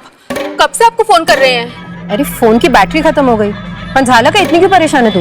रोहन बाबा अब तक स्कूल से नहीं लौटे हैं, तो साहब उनको स्कूल में देखने गए थे, तो पता लगा कि वो स्कूल पहुंचे ही नहीं थे। पहुंचा नहीं मतलब? अरे नाही रे, तिकडे बघितला मी। तुम लोग डेपो के उधर जाओ, ठीक है? हाँ, मंग्या को भी बोलो। कहाँ थे तुम? तुम्हारा फोन भी बंद आ रहा है। अरे मुझे नहीं पता, मेरी फोन की बैटरी खत्म हो गई थी। पर रोहन को टाइम मिला? पता नहीं चला अभी तक उसका कुछ। सुनो ना, लेट नहीं करते, पुलिस स्टेशन चलते। संगीता, घर का ध्यान रखो। चल। रोहन घर से स्कूल पैदल जाता है? जी पैदल जाता है सर, उसका स्कूल हमारे घर के पास ही। वो हमारे मोहल्ले के ही दो बच्चे, अमन और अतुल, उनके साथ ही रोज स्कूल जाता है और वापस आता है। सर ये तीनों साथ में स्कूल जाता है, लेकिन रोहन का स्कूल पहले पड़ता है एक गली में, जहाँ से वो अकेले जाता है। सर मैं स्कूल गया तो पता चला कि रोहन आज स्कूल पहुंचा ही नहीं। कोई रिश्तेदार वगैरह उनके घर चला गया हो, पता किया आपने? सर ऐसे तो कोई रिश्तेदार है नहीं, लेकिन स्कूल के टाइम पे स्कूल ना जाकर रोहन अकेला कहीं क्यों जाएगा? आपको किसी पे शक है? किसी के साथ कोई झगड़ा, कोई दुश्मनी? नहीं सर, ऐसा तो कुछ नहीं है। सब पिछले कुछ दिनों से कोई मेरा पीछा कर रहा है। जी सर, 2 दिन पहले पुलिस स्टेशन आई थी और मुझे बताया भी था कि कोई इनका पीछा कर रहा है। सर एक आदमी मेरा पीछा कर रहा है। कौन है, आप जानते हैं उसे? नहीं, मैं जानती नहीं हूँ, लेकिन वो अभी भी बाहर खड़ा है। आइए मेरे साथ।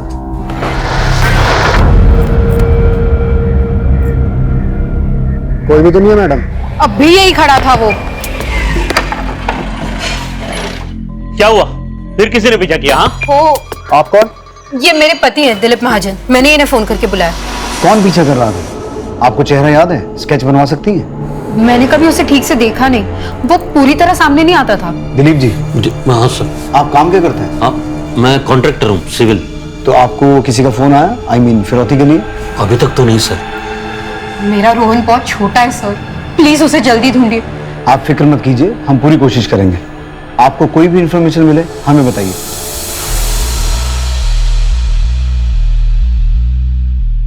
सुहास, बच्चा बोल नहीं सकता, सुन नहीं सकता, बहुत छोटा है, मोहल्ले के और 2 बच्चों के साथ स्कूल जाता है, तो रास्ता भटकने का तो कोई चांस नहीं है।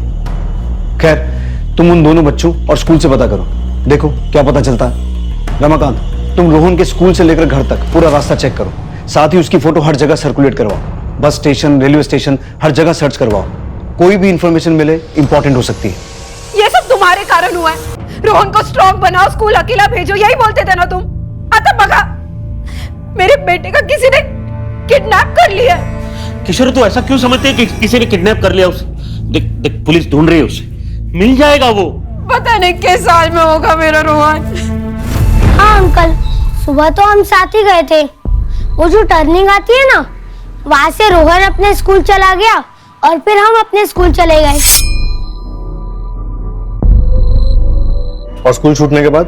स्कूल छूटने के बाद वो टर्निंग पे हम वहाँ वेट कर रहे थे रोहन का, लेकिन फिर वो आया ही नहीं। बेटा, जब आप स्कूल जा रहे थे तब आपको ऐसा लगा कि कोई आपका पीछा कर रहा था?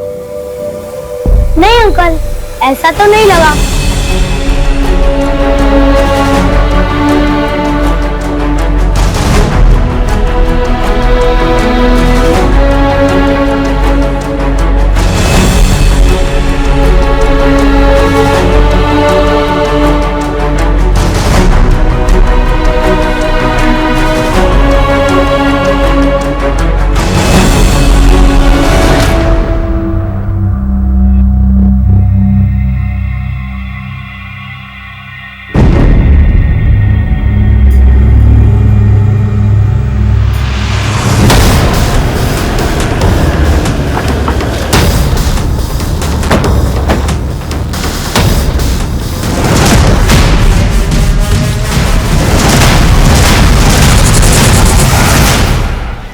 सुहास, बच्चे की बॉडी को पोस्टमार्टम के लिए भिजवाओ और इसके माँ बाप को हॉस्पिटल बुलाओ।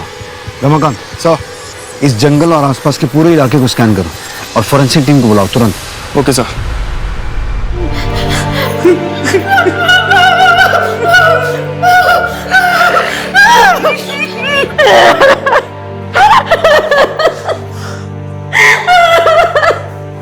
किशोर, ये उसी का काम है। मार दिया उसने मेरे बच्चे को। मैंने पहले भी कहा था, किसी ने नहीं सुनी।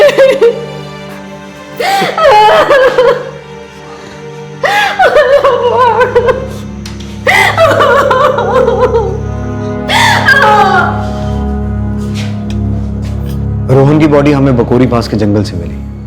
हम अभी इन्वेस्टिगेशन कर रहे हैं। दिलीप जी, मैं आपसे फिर एक बार पूछ रहा हूं, कोई ऐसा है जो आपको चोट पहुंचाना चाहता हो, आपकी किसी के साथ कोई निजी दुश्मनी हो जो आपके बेटे रोहन को इस तरह से गला दबा के मारे? सर मैं सिंपल सा कॉन्ट्रैक्टर हूँ, मेरी किसी से क्या दुश्मनी हो सकती है सर?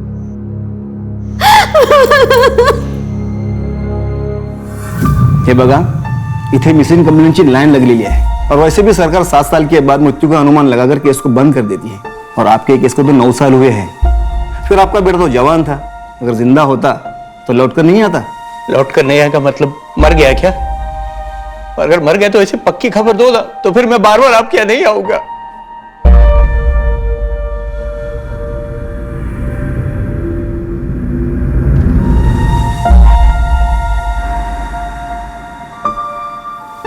ग्यारह बजे तक लौट आऊंगा बाबा। स्टॉकर का कुछ पता चला? नहीं सर। अगर स्टॉकर ने ही किडनैप किया था और फिर मार दिया तो मकसद क्या था? कहीं कोई साइको किलर तो नहीं? क्योंकि फिरौती का भी कोई कॉल नहीं आया और क्योंकि बच्चा बोल नहीं सकता तो जाहिर सी बात है कि चिल्लाया भी नहीं होगा। क्या पता किलर रोहन के माँ बाप तक कोई मैसेज पहुंचाना चाहता हो। ये दिलीप और किशोरी, इनकी पूरी छानबीन करो, हो सकता है इनके इर्द गिर्द हमें कोई क्लू मिल जाए। हाँ गणेश बोल। साहब, पाटिल नगर में एक चाय वाला है, उसका ऐसे कहना है उसने एक आदमी को रोहन और उसकी माँ का पीछा करते हुए और घूरते हुए देखा है। एक काम कर, इस चाय वाले को तुरंत थाने लेकर आ। बोल सुरेश, क्या देखा तुम? साहब एक आदमी था जो मेरी दुकान पर चाय पीने के लिए आता था। ये फोटो जो दिखाई गणेश ने, ये लड़का और उसकी माँ को वो घूरता था और उन लोगों का पीछा करता था।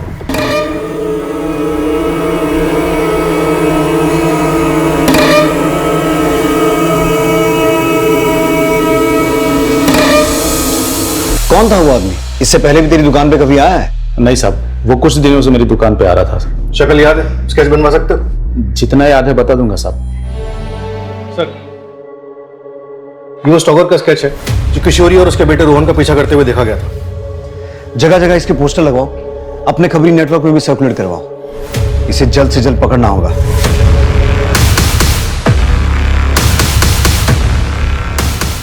हाँ, कुछ ऐसा ही था वो आदमी जो मेरा पीछा करता था, पर इसने रोहन को क्यों? किशोरी जी, आपने तो इसे देखते ही पहचान लिया, लेकिन जब पिछली बार हमने आपसे स्टॉकर का चेहरा पहचानने की बात की थी तो आपने इनकार कर दिया था। सर, मैंने आपको पहले भी बोला था, ऐसे साफ साफ मुझे याद नहीं, क्योंकि वो कभी पूरी तरह सामने नहीं आता था। ये कौन है मैं इसे नहीं जानती।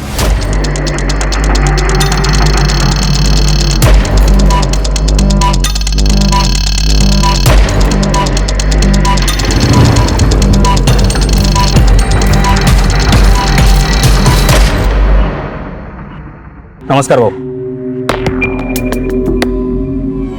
बरोबर देख ले, पुलिस ढूंढ रही है इसे, उससे पहले तुम्हें उसे ढूंढना है। आप टेंशन मत लो बाबू, हो जाएगा।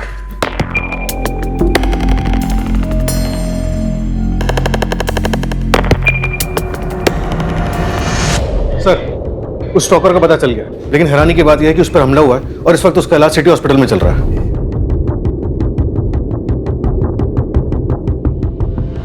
आदमी का नाम सुनील है और उस पर चाकू से वार किया गया था। हथेलियां बाहर आ चुकी थी। वो खुद अपने पेट को समेटकर यहां तक आया था। अब वो खतरे से बाहर है, आप उससे पूछताछ कर सकते हैं। Thank you.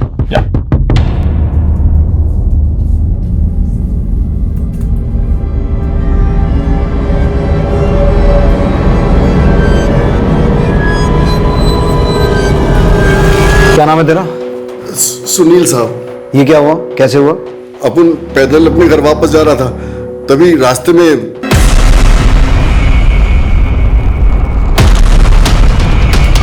तो क्या लगता है तुझे, किसने हमला करवाया ये? अपन का तो किसी से कोई दुश्मनी भी नहीं है साहब। अभी कुछ ही दिन हुए अपन को पुणे आए साहब। ये औरत, इसका पीछा क्यों करता था तू?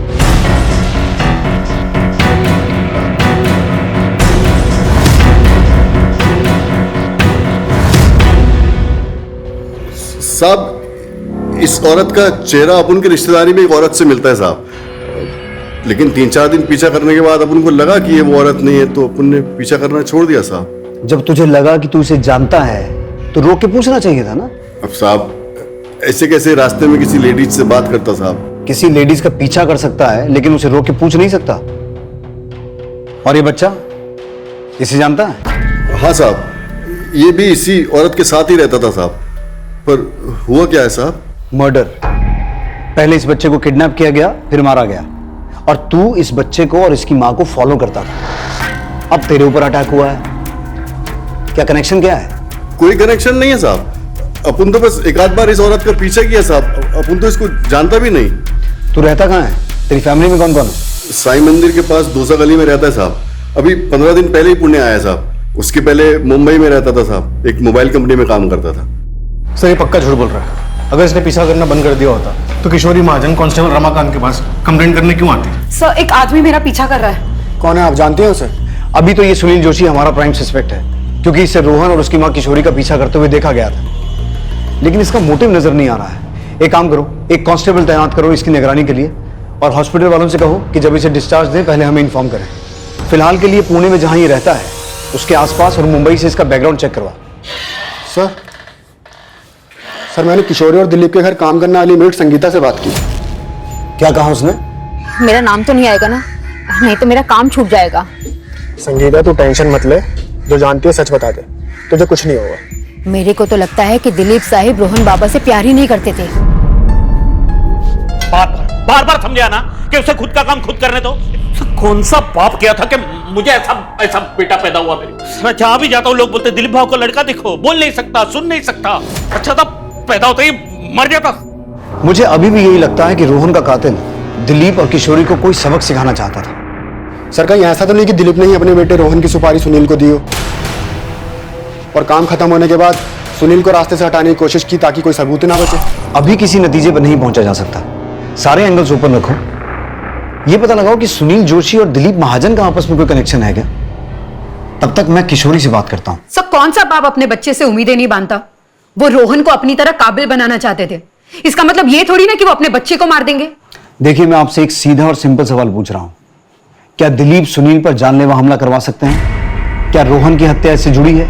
आप लोग कुछ भी अनाप शनाप बोल रहे हैं। मेरा बेटा मुझसे छिन गया है, मेरी जिंदगी बेकार हो गई और आप लोग हमें ही परेशान कर रहे हैं, मेरे पति पर शक कर रहे हैं। देखिए किशोरी जी, हम आपको परेशान नहीं कर रहे हैं, आपके बेटे के कातिल को ढूंढने की कोशिश कर रहे हैं, इसलिए हमारे सवालों का सीधा सीधा जवाब दीजिए।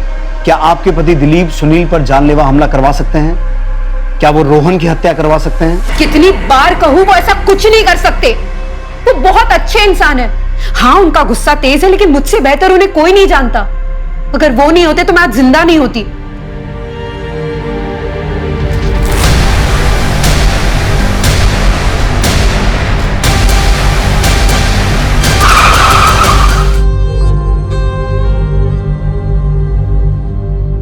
आप ही सोचिए, जिसने मेरी जान बचाई, मुझसे शादी की, मुझे सहारा दिया, वो भला अपने बेटी की जान कैसे ले सकता है?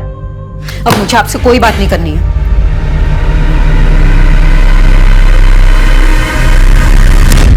ही इज फिट नाउ, हम उसे डिस्चार्ज दे रहे हैं, आगे आप देख लीजिए।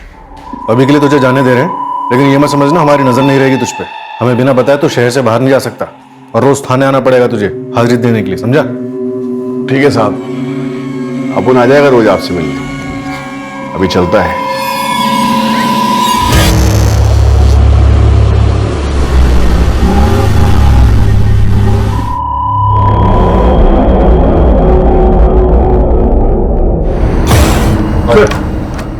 पिछले कुछ दिनों में आसपास के एरिया में जो कंकाल के अलग अलग टुकड़े मिलने के कंप्लेंट्स आ रहे थे, उसमें आज एक और बढ़ोतरी हुई है। किसी गाड़ी के नीचे कंकाल का सर मिला है। अभी तक जितनी भी हड्डियां मिली हैं सबको एफएसएल लैब में टेस्टिंग के लिए भिजवाओ और रिपोर्ट मंगवाओ।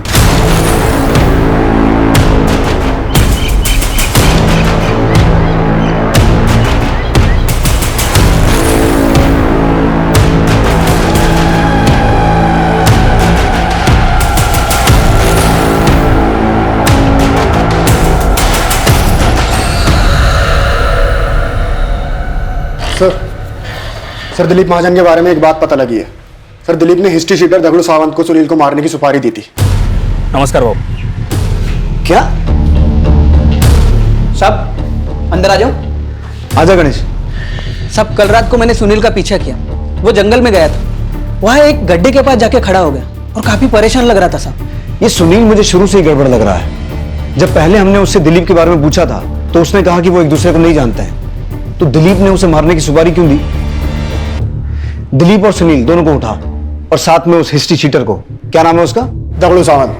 क्या मैं जान सकता हूं मुझे इस तरह यहां लाने का क्या मतलब है? सुनील जोशी से किस बात को लेकर झगड़ा हुआ था? साहब अपन का दिलीप महाजन के साथ कोई झगड़ा नहीं है। अच्छा, रोहन को मारने की सुपारी के पैसों को लेकर झगड़ा हुआ था? सर तुम क्या डोका फिर लायत का?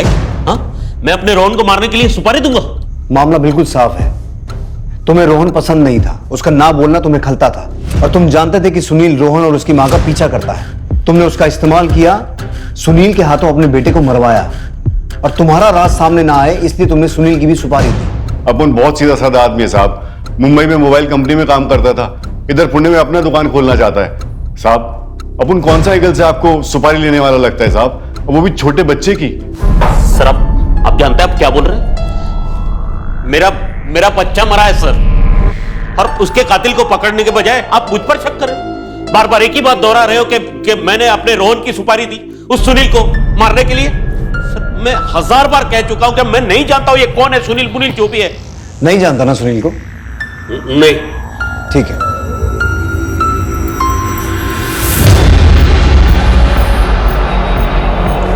अब भी तू यही कहेगा कि तू सुनील को नहीं जानता? बोल।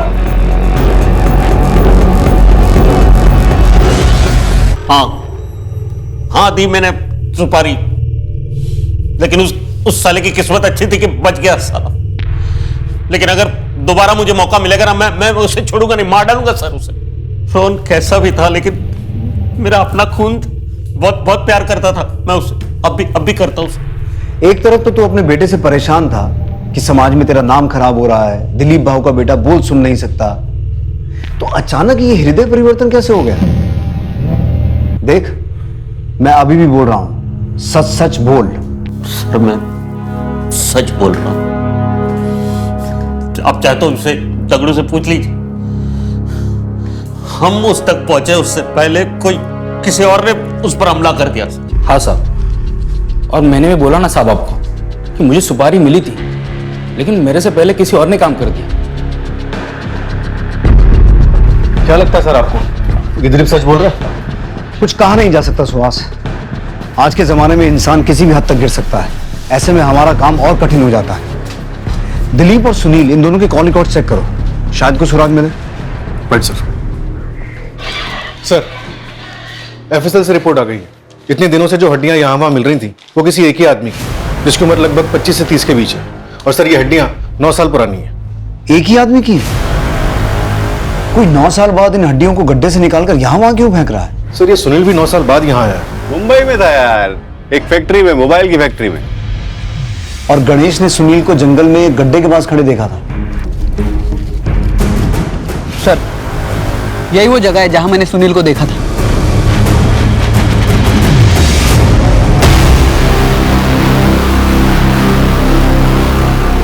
एक और हड्डी? सर 9 साल बाद इस तरह से हड्डियों को बाहर निकाला गया है, आखिर को करना क्या चाहता है? अपने राज को हमारे सामने आने से रोकना चाहता है। आसपास चेक करो। सुहास,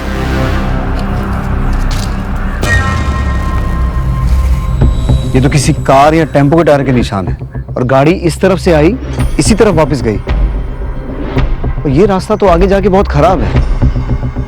इसका मतलब है इस रूट का जानबूझ के इस्तेमाल किया गया ताकि कोई किसी की नजर में ना आए। हाँ सर, क्योंकि इस रास्ते से तो बड़ी आसानी से आ जा सकता है। आसपास की सभी दुकानें, पेट्रोल पंप, ढाबे, टैक्सी और टेम्पो स्टैंड, हर जगह पूछताछ करो। हर जगह की सीसीटीवी फुटेज चेक करो। हो सकता है किसी ने इस रास्ते से किसी गाड़ी को आते जाते देखा हो।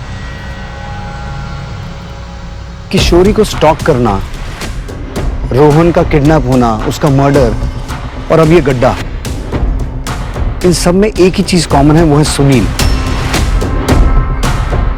इस सुनील को एक बार फिर उठाओ और पिछले 9 सालों के जितने भी अनसॉल्व मिसिंग केसेस हैं, सबकी फाइल मंगवाओ और इस हड्डी को फोरेंसिक जांच के लिए भेजो। पुणे पुलिस 9 साल पुराने कंकाल के अवशेषों के मिलने और 7 साल के रोहन महाजन के मर्डर के बीच की कड़ी को सुलझाने के बहुत करीब थी। एफएसएल यानी कि फोरेंसिक साइंस लेबोरेटरी की रिपोर्ट आने के बाद पुलिस ने 9 साल पुराने गुमशुदा लोगों के केसेस को चेक किया और 2 लोगों की पहचान हुई। सर, 9 साल पुराने जितने भी अनसॉल्व मिसिंग केसेस हैं, उसमें से ये केस हमारे प्रोफाइल से मैच करता है।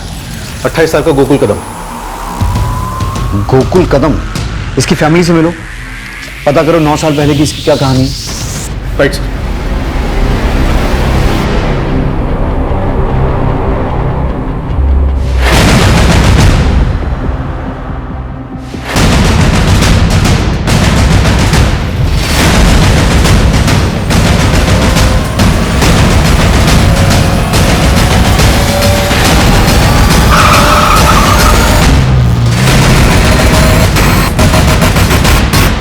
क्या? हाँ सर। तुम तो कह रहा था शादी नहीं करेगा। अरे यार, करनी पड़ रही है, बाबा नहीं मान रहे थे। किशोरी की शादी 9 साल पहले इस गोकुल के साथ हुई थी और शादी के कुछ ही दिनों बाद यानी 21 मई 2010 को गोकुल घर से ये कह के निकला कि वो मुंबई को भाड़ा लेकर जा रहा है और आज तक घर वापस नहीं लौटा। ये किशोरी, सुनील और दिलीप, इनके बीच कुछ ना कुछ खिचड़ी तो पक रही है। तुम गोकुल के पिता को डीएनए सैंपलिंग के लिए लेके जाओ, इन तीनों से मैं निपटता हूँ। साहब, मेरे बेटे के बारे में कुछ पता चला क्या? देखिए, हमें कुछ हड्डियां मिली है, एक बार आपका डीएनए सैंपल मैच करा के देखते हैं, शायद जवाब मिल जाए। सर, सुनील कल से हाजिरी पे नहीं आया। मैं उसके घर पे गया था, वहां पे भी नहीं है। उसका फोन भी स्विच ऑफ आ रहा है।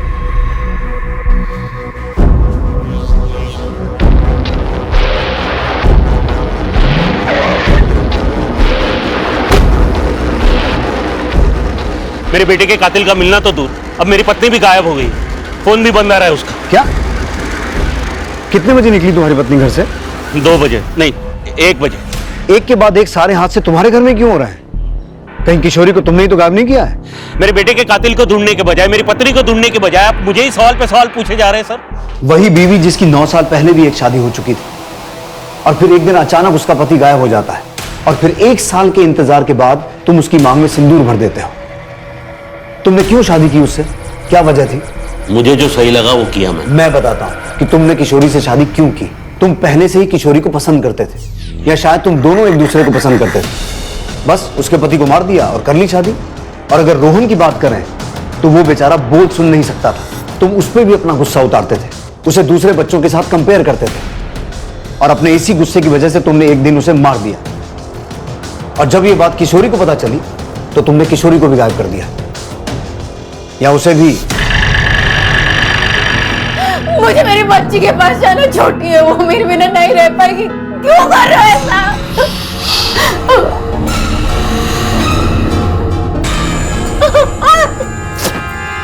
मुझे जाने दो। जिस जंगल के गड्ढे से गोकुल कदम के अवशेषों को निकाला गया था, पुलिस ने हाईवे से उस जंगल को कनेक्ट करती हर सड़क पर लगे सीसीटीवी कैमरा के फुटेजेस को घंटों घंटों बैठकर देखा और एक सीसीटीवी फुटेज में उन्हें एक टेम्पो जंगल की तरफ जाता और फिर वापस आता दिखाई दिया और ये टेम्पो किसी पकिया नाम के आदमी का था। और मैं क्या, दाल चावल कैसा है?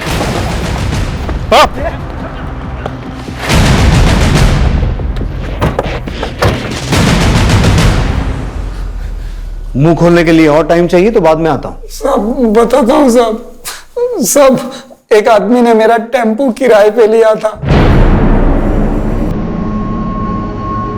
इन दोनों में से कौन था? में से कोई नहीं था साहब। तो बोल, कौन था?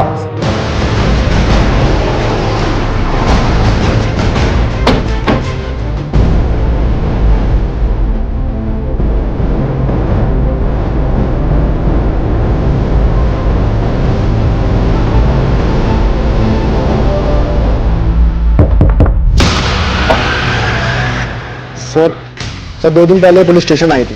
कोई भी तो नहीं है मैडम। सर दिलीप ने हिस्ट्री शीटर दगड़ू सावंत को सुनील को मारने की सुपारी दी थी। आप लोग यहाँ पे? हमें नहीं पता था हमारे बीच रहकर इतना बड़ा खेल खेलने वाला हमारा अपना ही आदमी है। सुहास, तलाशी लो घर की।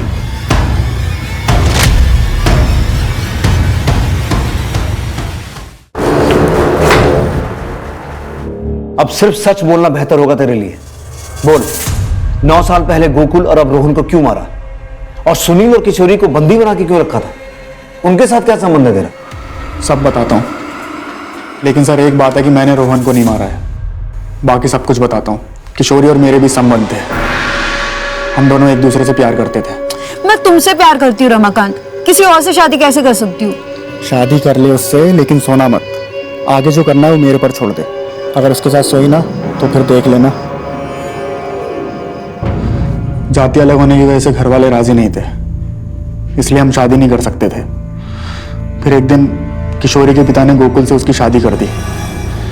हमने पहले ही तय कर लिया था कि शादी भले ही गोकुल से हो जाए, लेकिन वो रहेगी सिर्फ मेरी, और वक्त आने पर हम शादी कर लेंगे। मैंने रमाकांत की बात मान ली और तय कर लिया कि मैं गोकुल से दूर ही रहूंगी और उसे भी अपने करीब नहीं आने दूंगी। अब आज क्या हुआ है? सर दर्द है। एक और बहाना। 15 दिन हो गए हमारी शादी को। अगर यही सब करना था तो शादी क्यों की?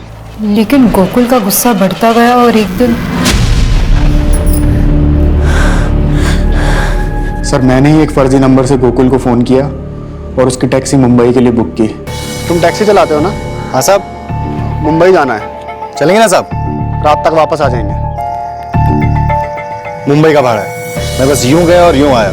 जब वो उस जगह पहुंचा तो मैंने सुनील के साथ मिलकर उसको मार दिया। मैंने गोकुल की गाड़ी तालाब में धकेल दी थी। सब कुछ रफा दफा हो गया था। सुनील मुंबई चला गया था, पर मैं और किशोरी एकदम से शादी नहीं कर सकते थे। कहीं ना कहीं से हमारे ऊपर शक जा सकता था। मेरा पुलिस में सिलेक्शन हो गया। मैं ट्रेनिंग के लिए चला गया। मेरी ट्रेनिंग के दौरान किशोरी के पिता ने उसकी ज़बरदस्ती दूसरी शादी करा दी थी। हमारे अंदर दोबारा से किशोरी की शादी तोड़ने की हिम्मत नहीं थी। फिर 9 साल बाद हमारी ज़िंदगी में सुनील वापस आ गया। उसने किशोरी का पीछा करना शुरू कर दिया और उसको ब्लैकमेल करने लगा।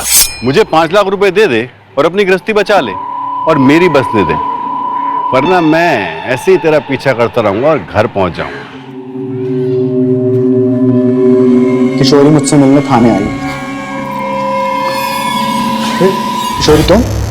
सुनील वापस आ गया और ब्लैकमेल कर रहा है। मैं नहीं चाहती कि हमारी जिंदगी बर्बाद हो जाए। कुछ करो रमाकांत। वो कंप्लेन करने के बहाने थाने आई और पीछे से अपने पति दिलीप को भी बुला लिया ताकि किसी को शक ना हो। फिर मैंने सुनील को मरवाने के लिए उस पर हमला करवाया, लेकिन वो बच गया। फिर मैंने झूठी कहानियां बनाकर शक की सुई दिलीप महाजन की तरफ घुमा दी। बराबर देख ले, पुलिस ढूंढ रही है इसे। आप टेंशन मत लो, हो जाएगा। मैंने पूरी कोशिश की कि पुलिस सुनील को ना छोड़े, लेकिन उसके खिलाफ सबूत ना मिलने के कारण उसको छोड़ना पड़ा। मुझे पता था कि वो गोकुल की बॉडी को लेकर मुझे अब ब्लैकमेल करेगा, इसलिए मैंने 9 साल पहले दफन की हुई गोकुल की बॉडी को निकाल लिया और कंकाल के टुकड़े इधर उधर फेंक दिए। सुनील के लिए मेरा शक यकीन में बदल गया जब मैंने उसे गड्ढे के पास देखा।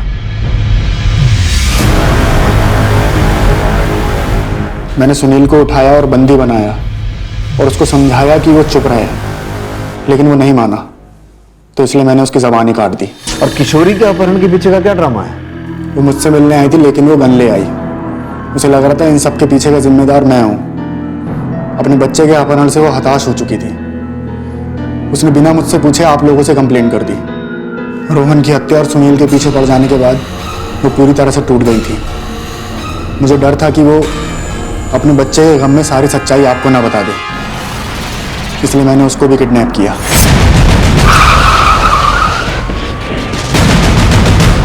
तूने सारा माहौल इस तरीके से तैयार किया कि हमारा शक दिलीप पे जाए और ये मामला हमेशा के लिए बंद हो जाए। पर तू भूल गया कि हम पुलिस वाले राख से भी आग निकाल लेते हैं। अगर इतना दिमाग ईमानदारी से पुलिस की नौकरी करने में लगाया होता ना, तो नौकरी और जिंदगी दोनों बच जाते। रोहन की हत्या का सच क्या है? तू और रमाकांत अब उनको बहुत हल्के में ले रहे थे ना?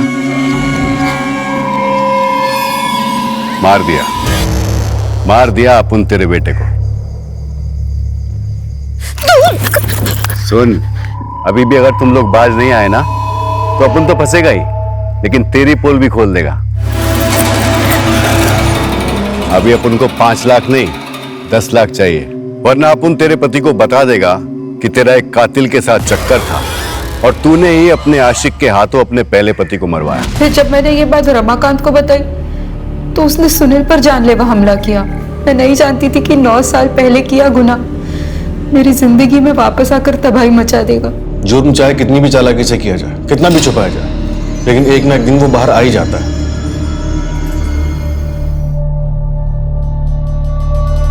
आत्महत्या करने की कोशिश ढूंढता क्या? हाँ, मेरे साथ इतनी जिंदगी गुजारने के बाद इतना सब कुछ छुपाया तो फिर मुझे एक बार कहा होता, एक बार तो आज हमारा रोहन ना जिंदा होता। किशोरी, लेकिन तुम्हें तो ना मुझसे प्यार है, रोहन से, ना ही रामेश से। ये सब झूठ है। मुझे आपसे सच्चा प्यार है और इसी सच्चे प्यार को खोने के डर से मैंने आपसे सब कुछ छुपाया। मुझे माफ कर दो।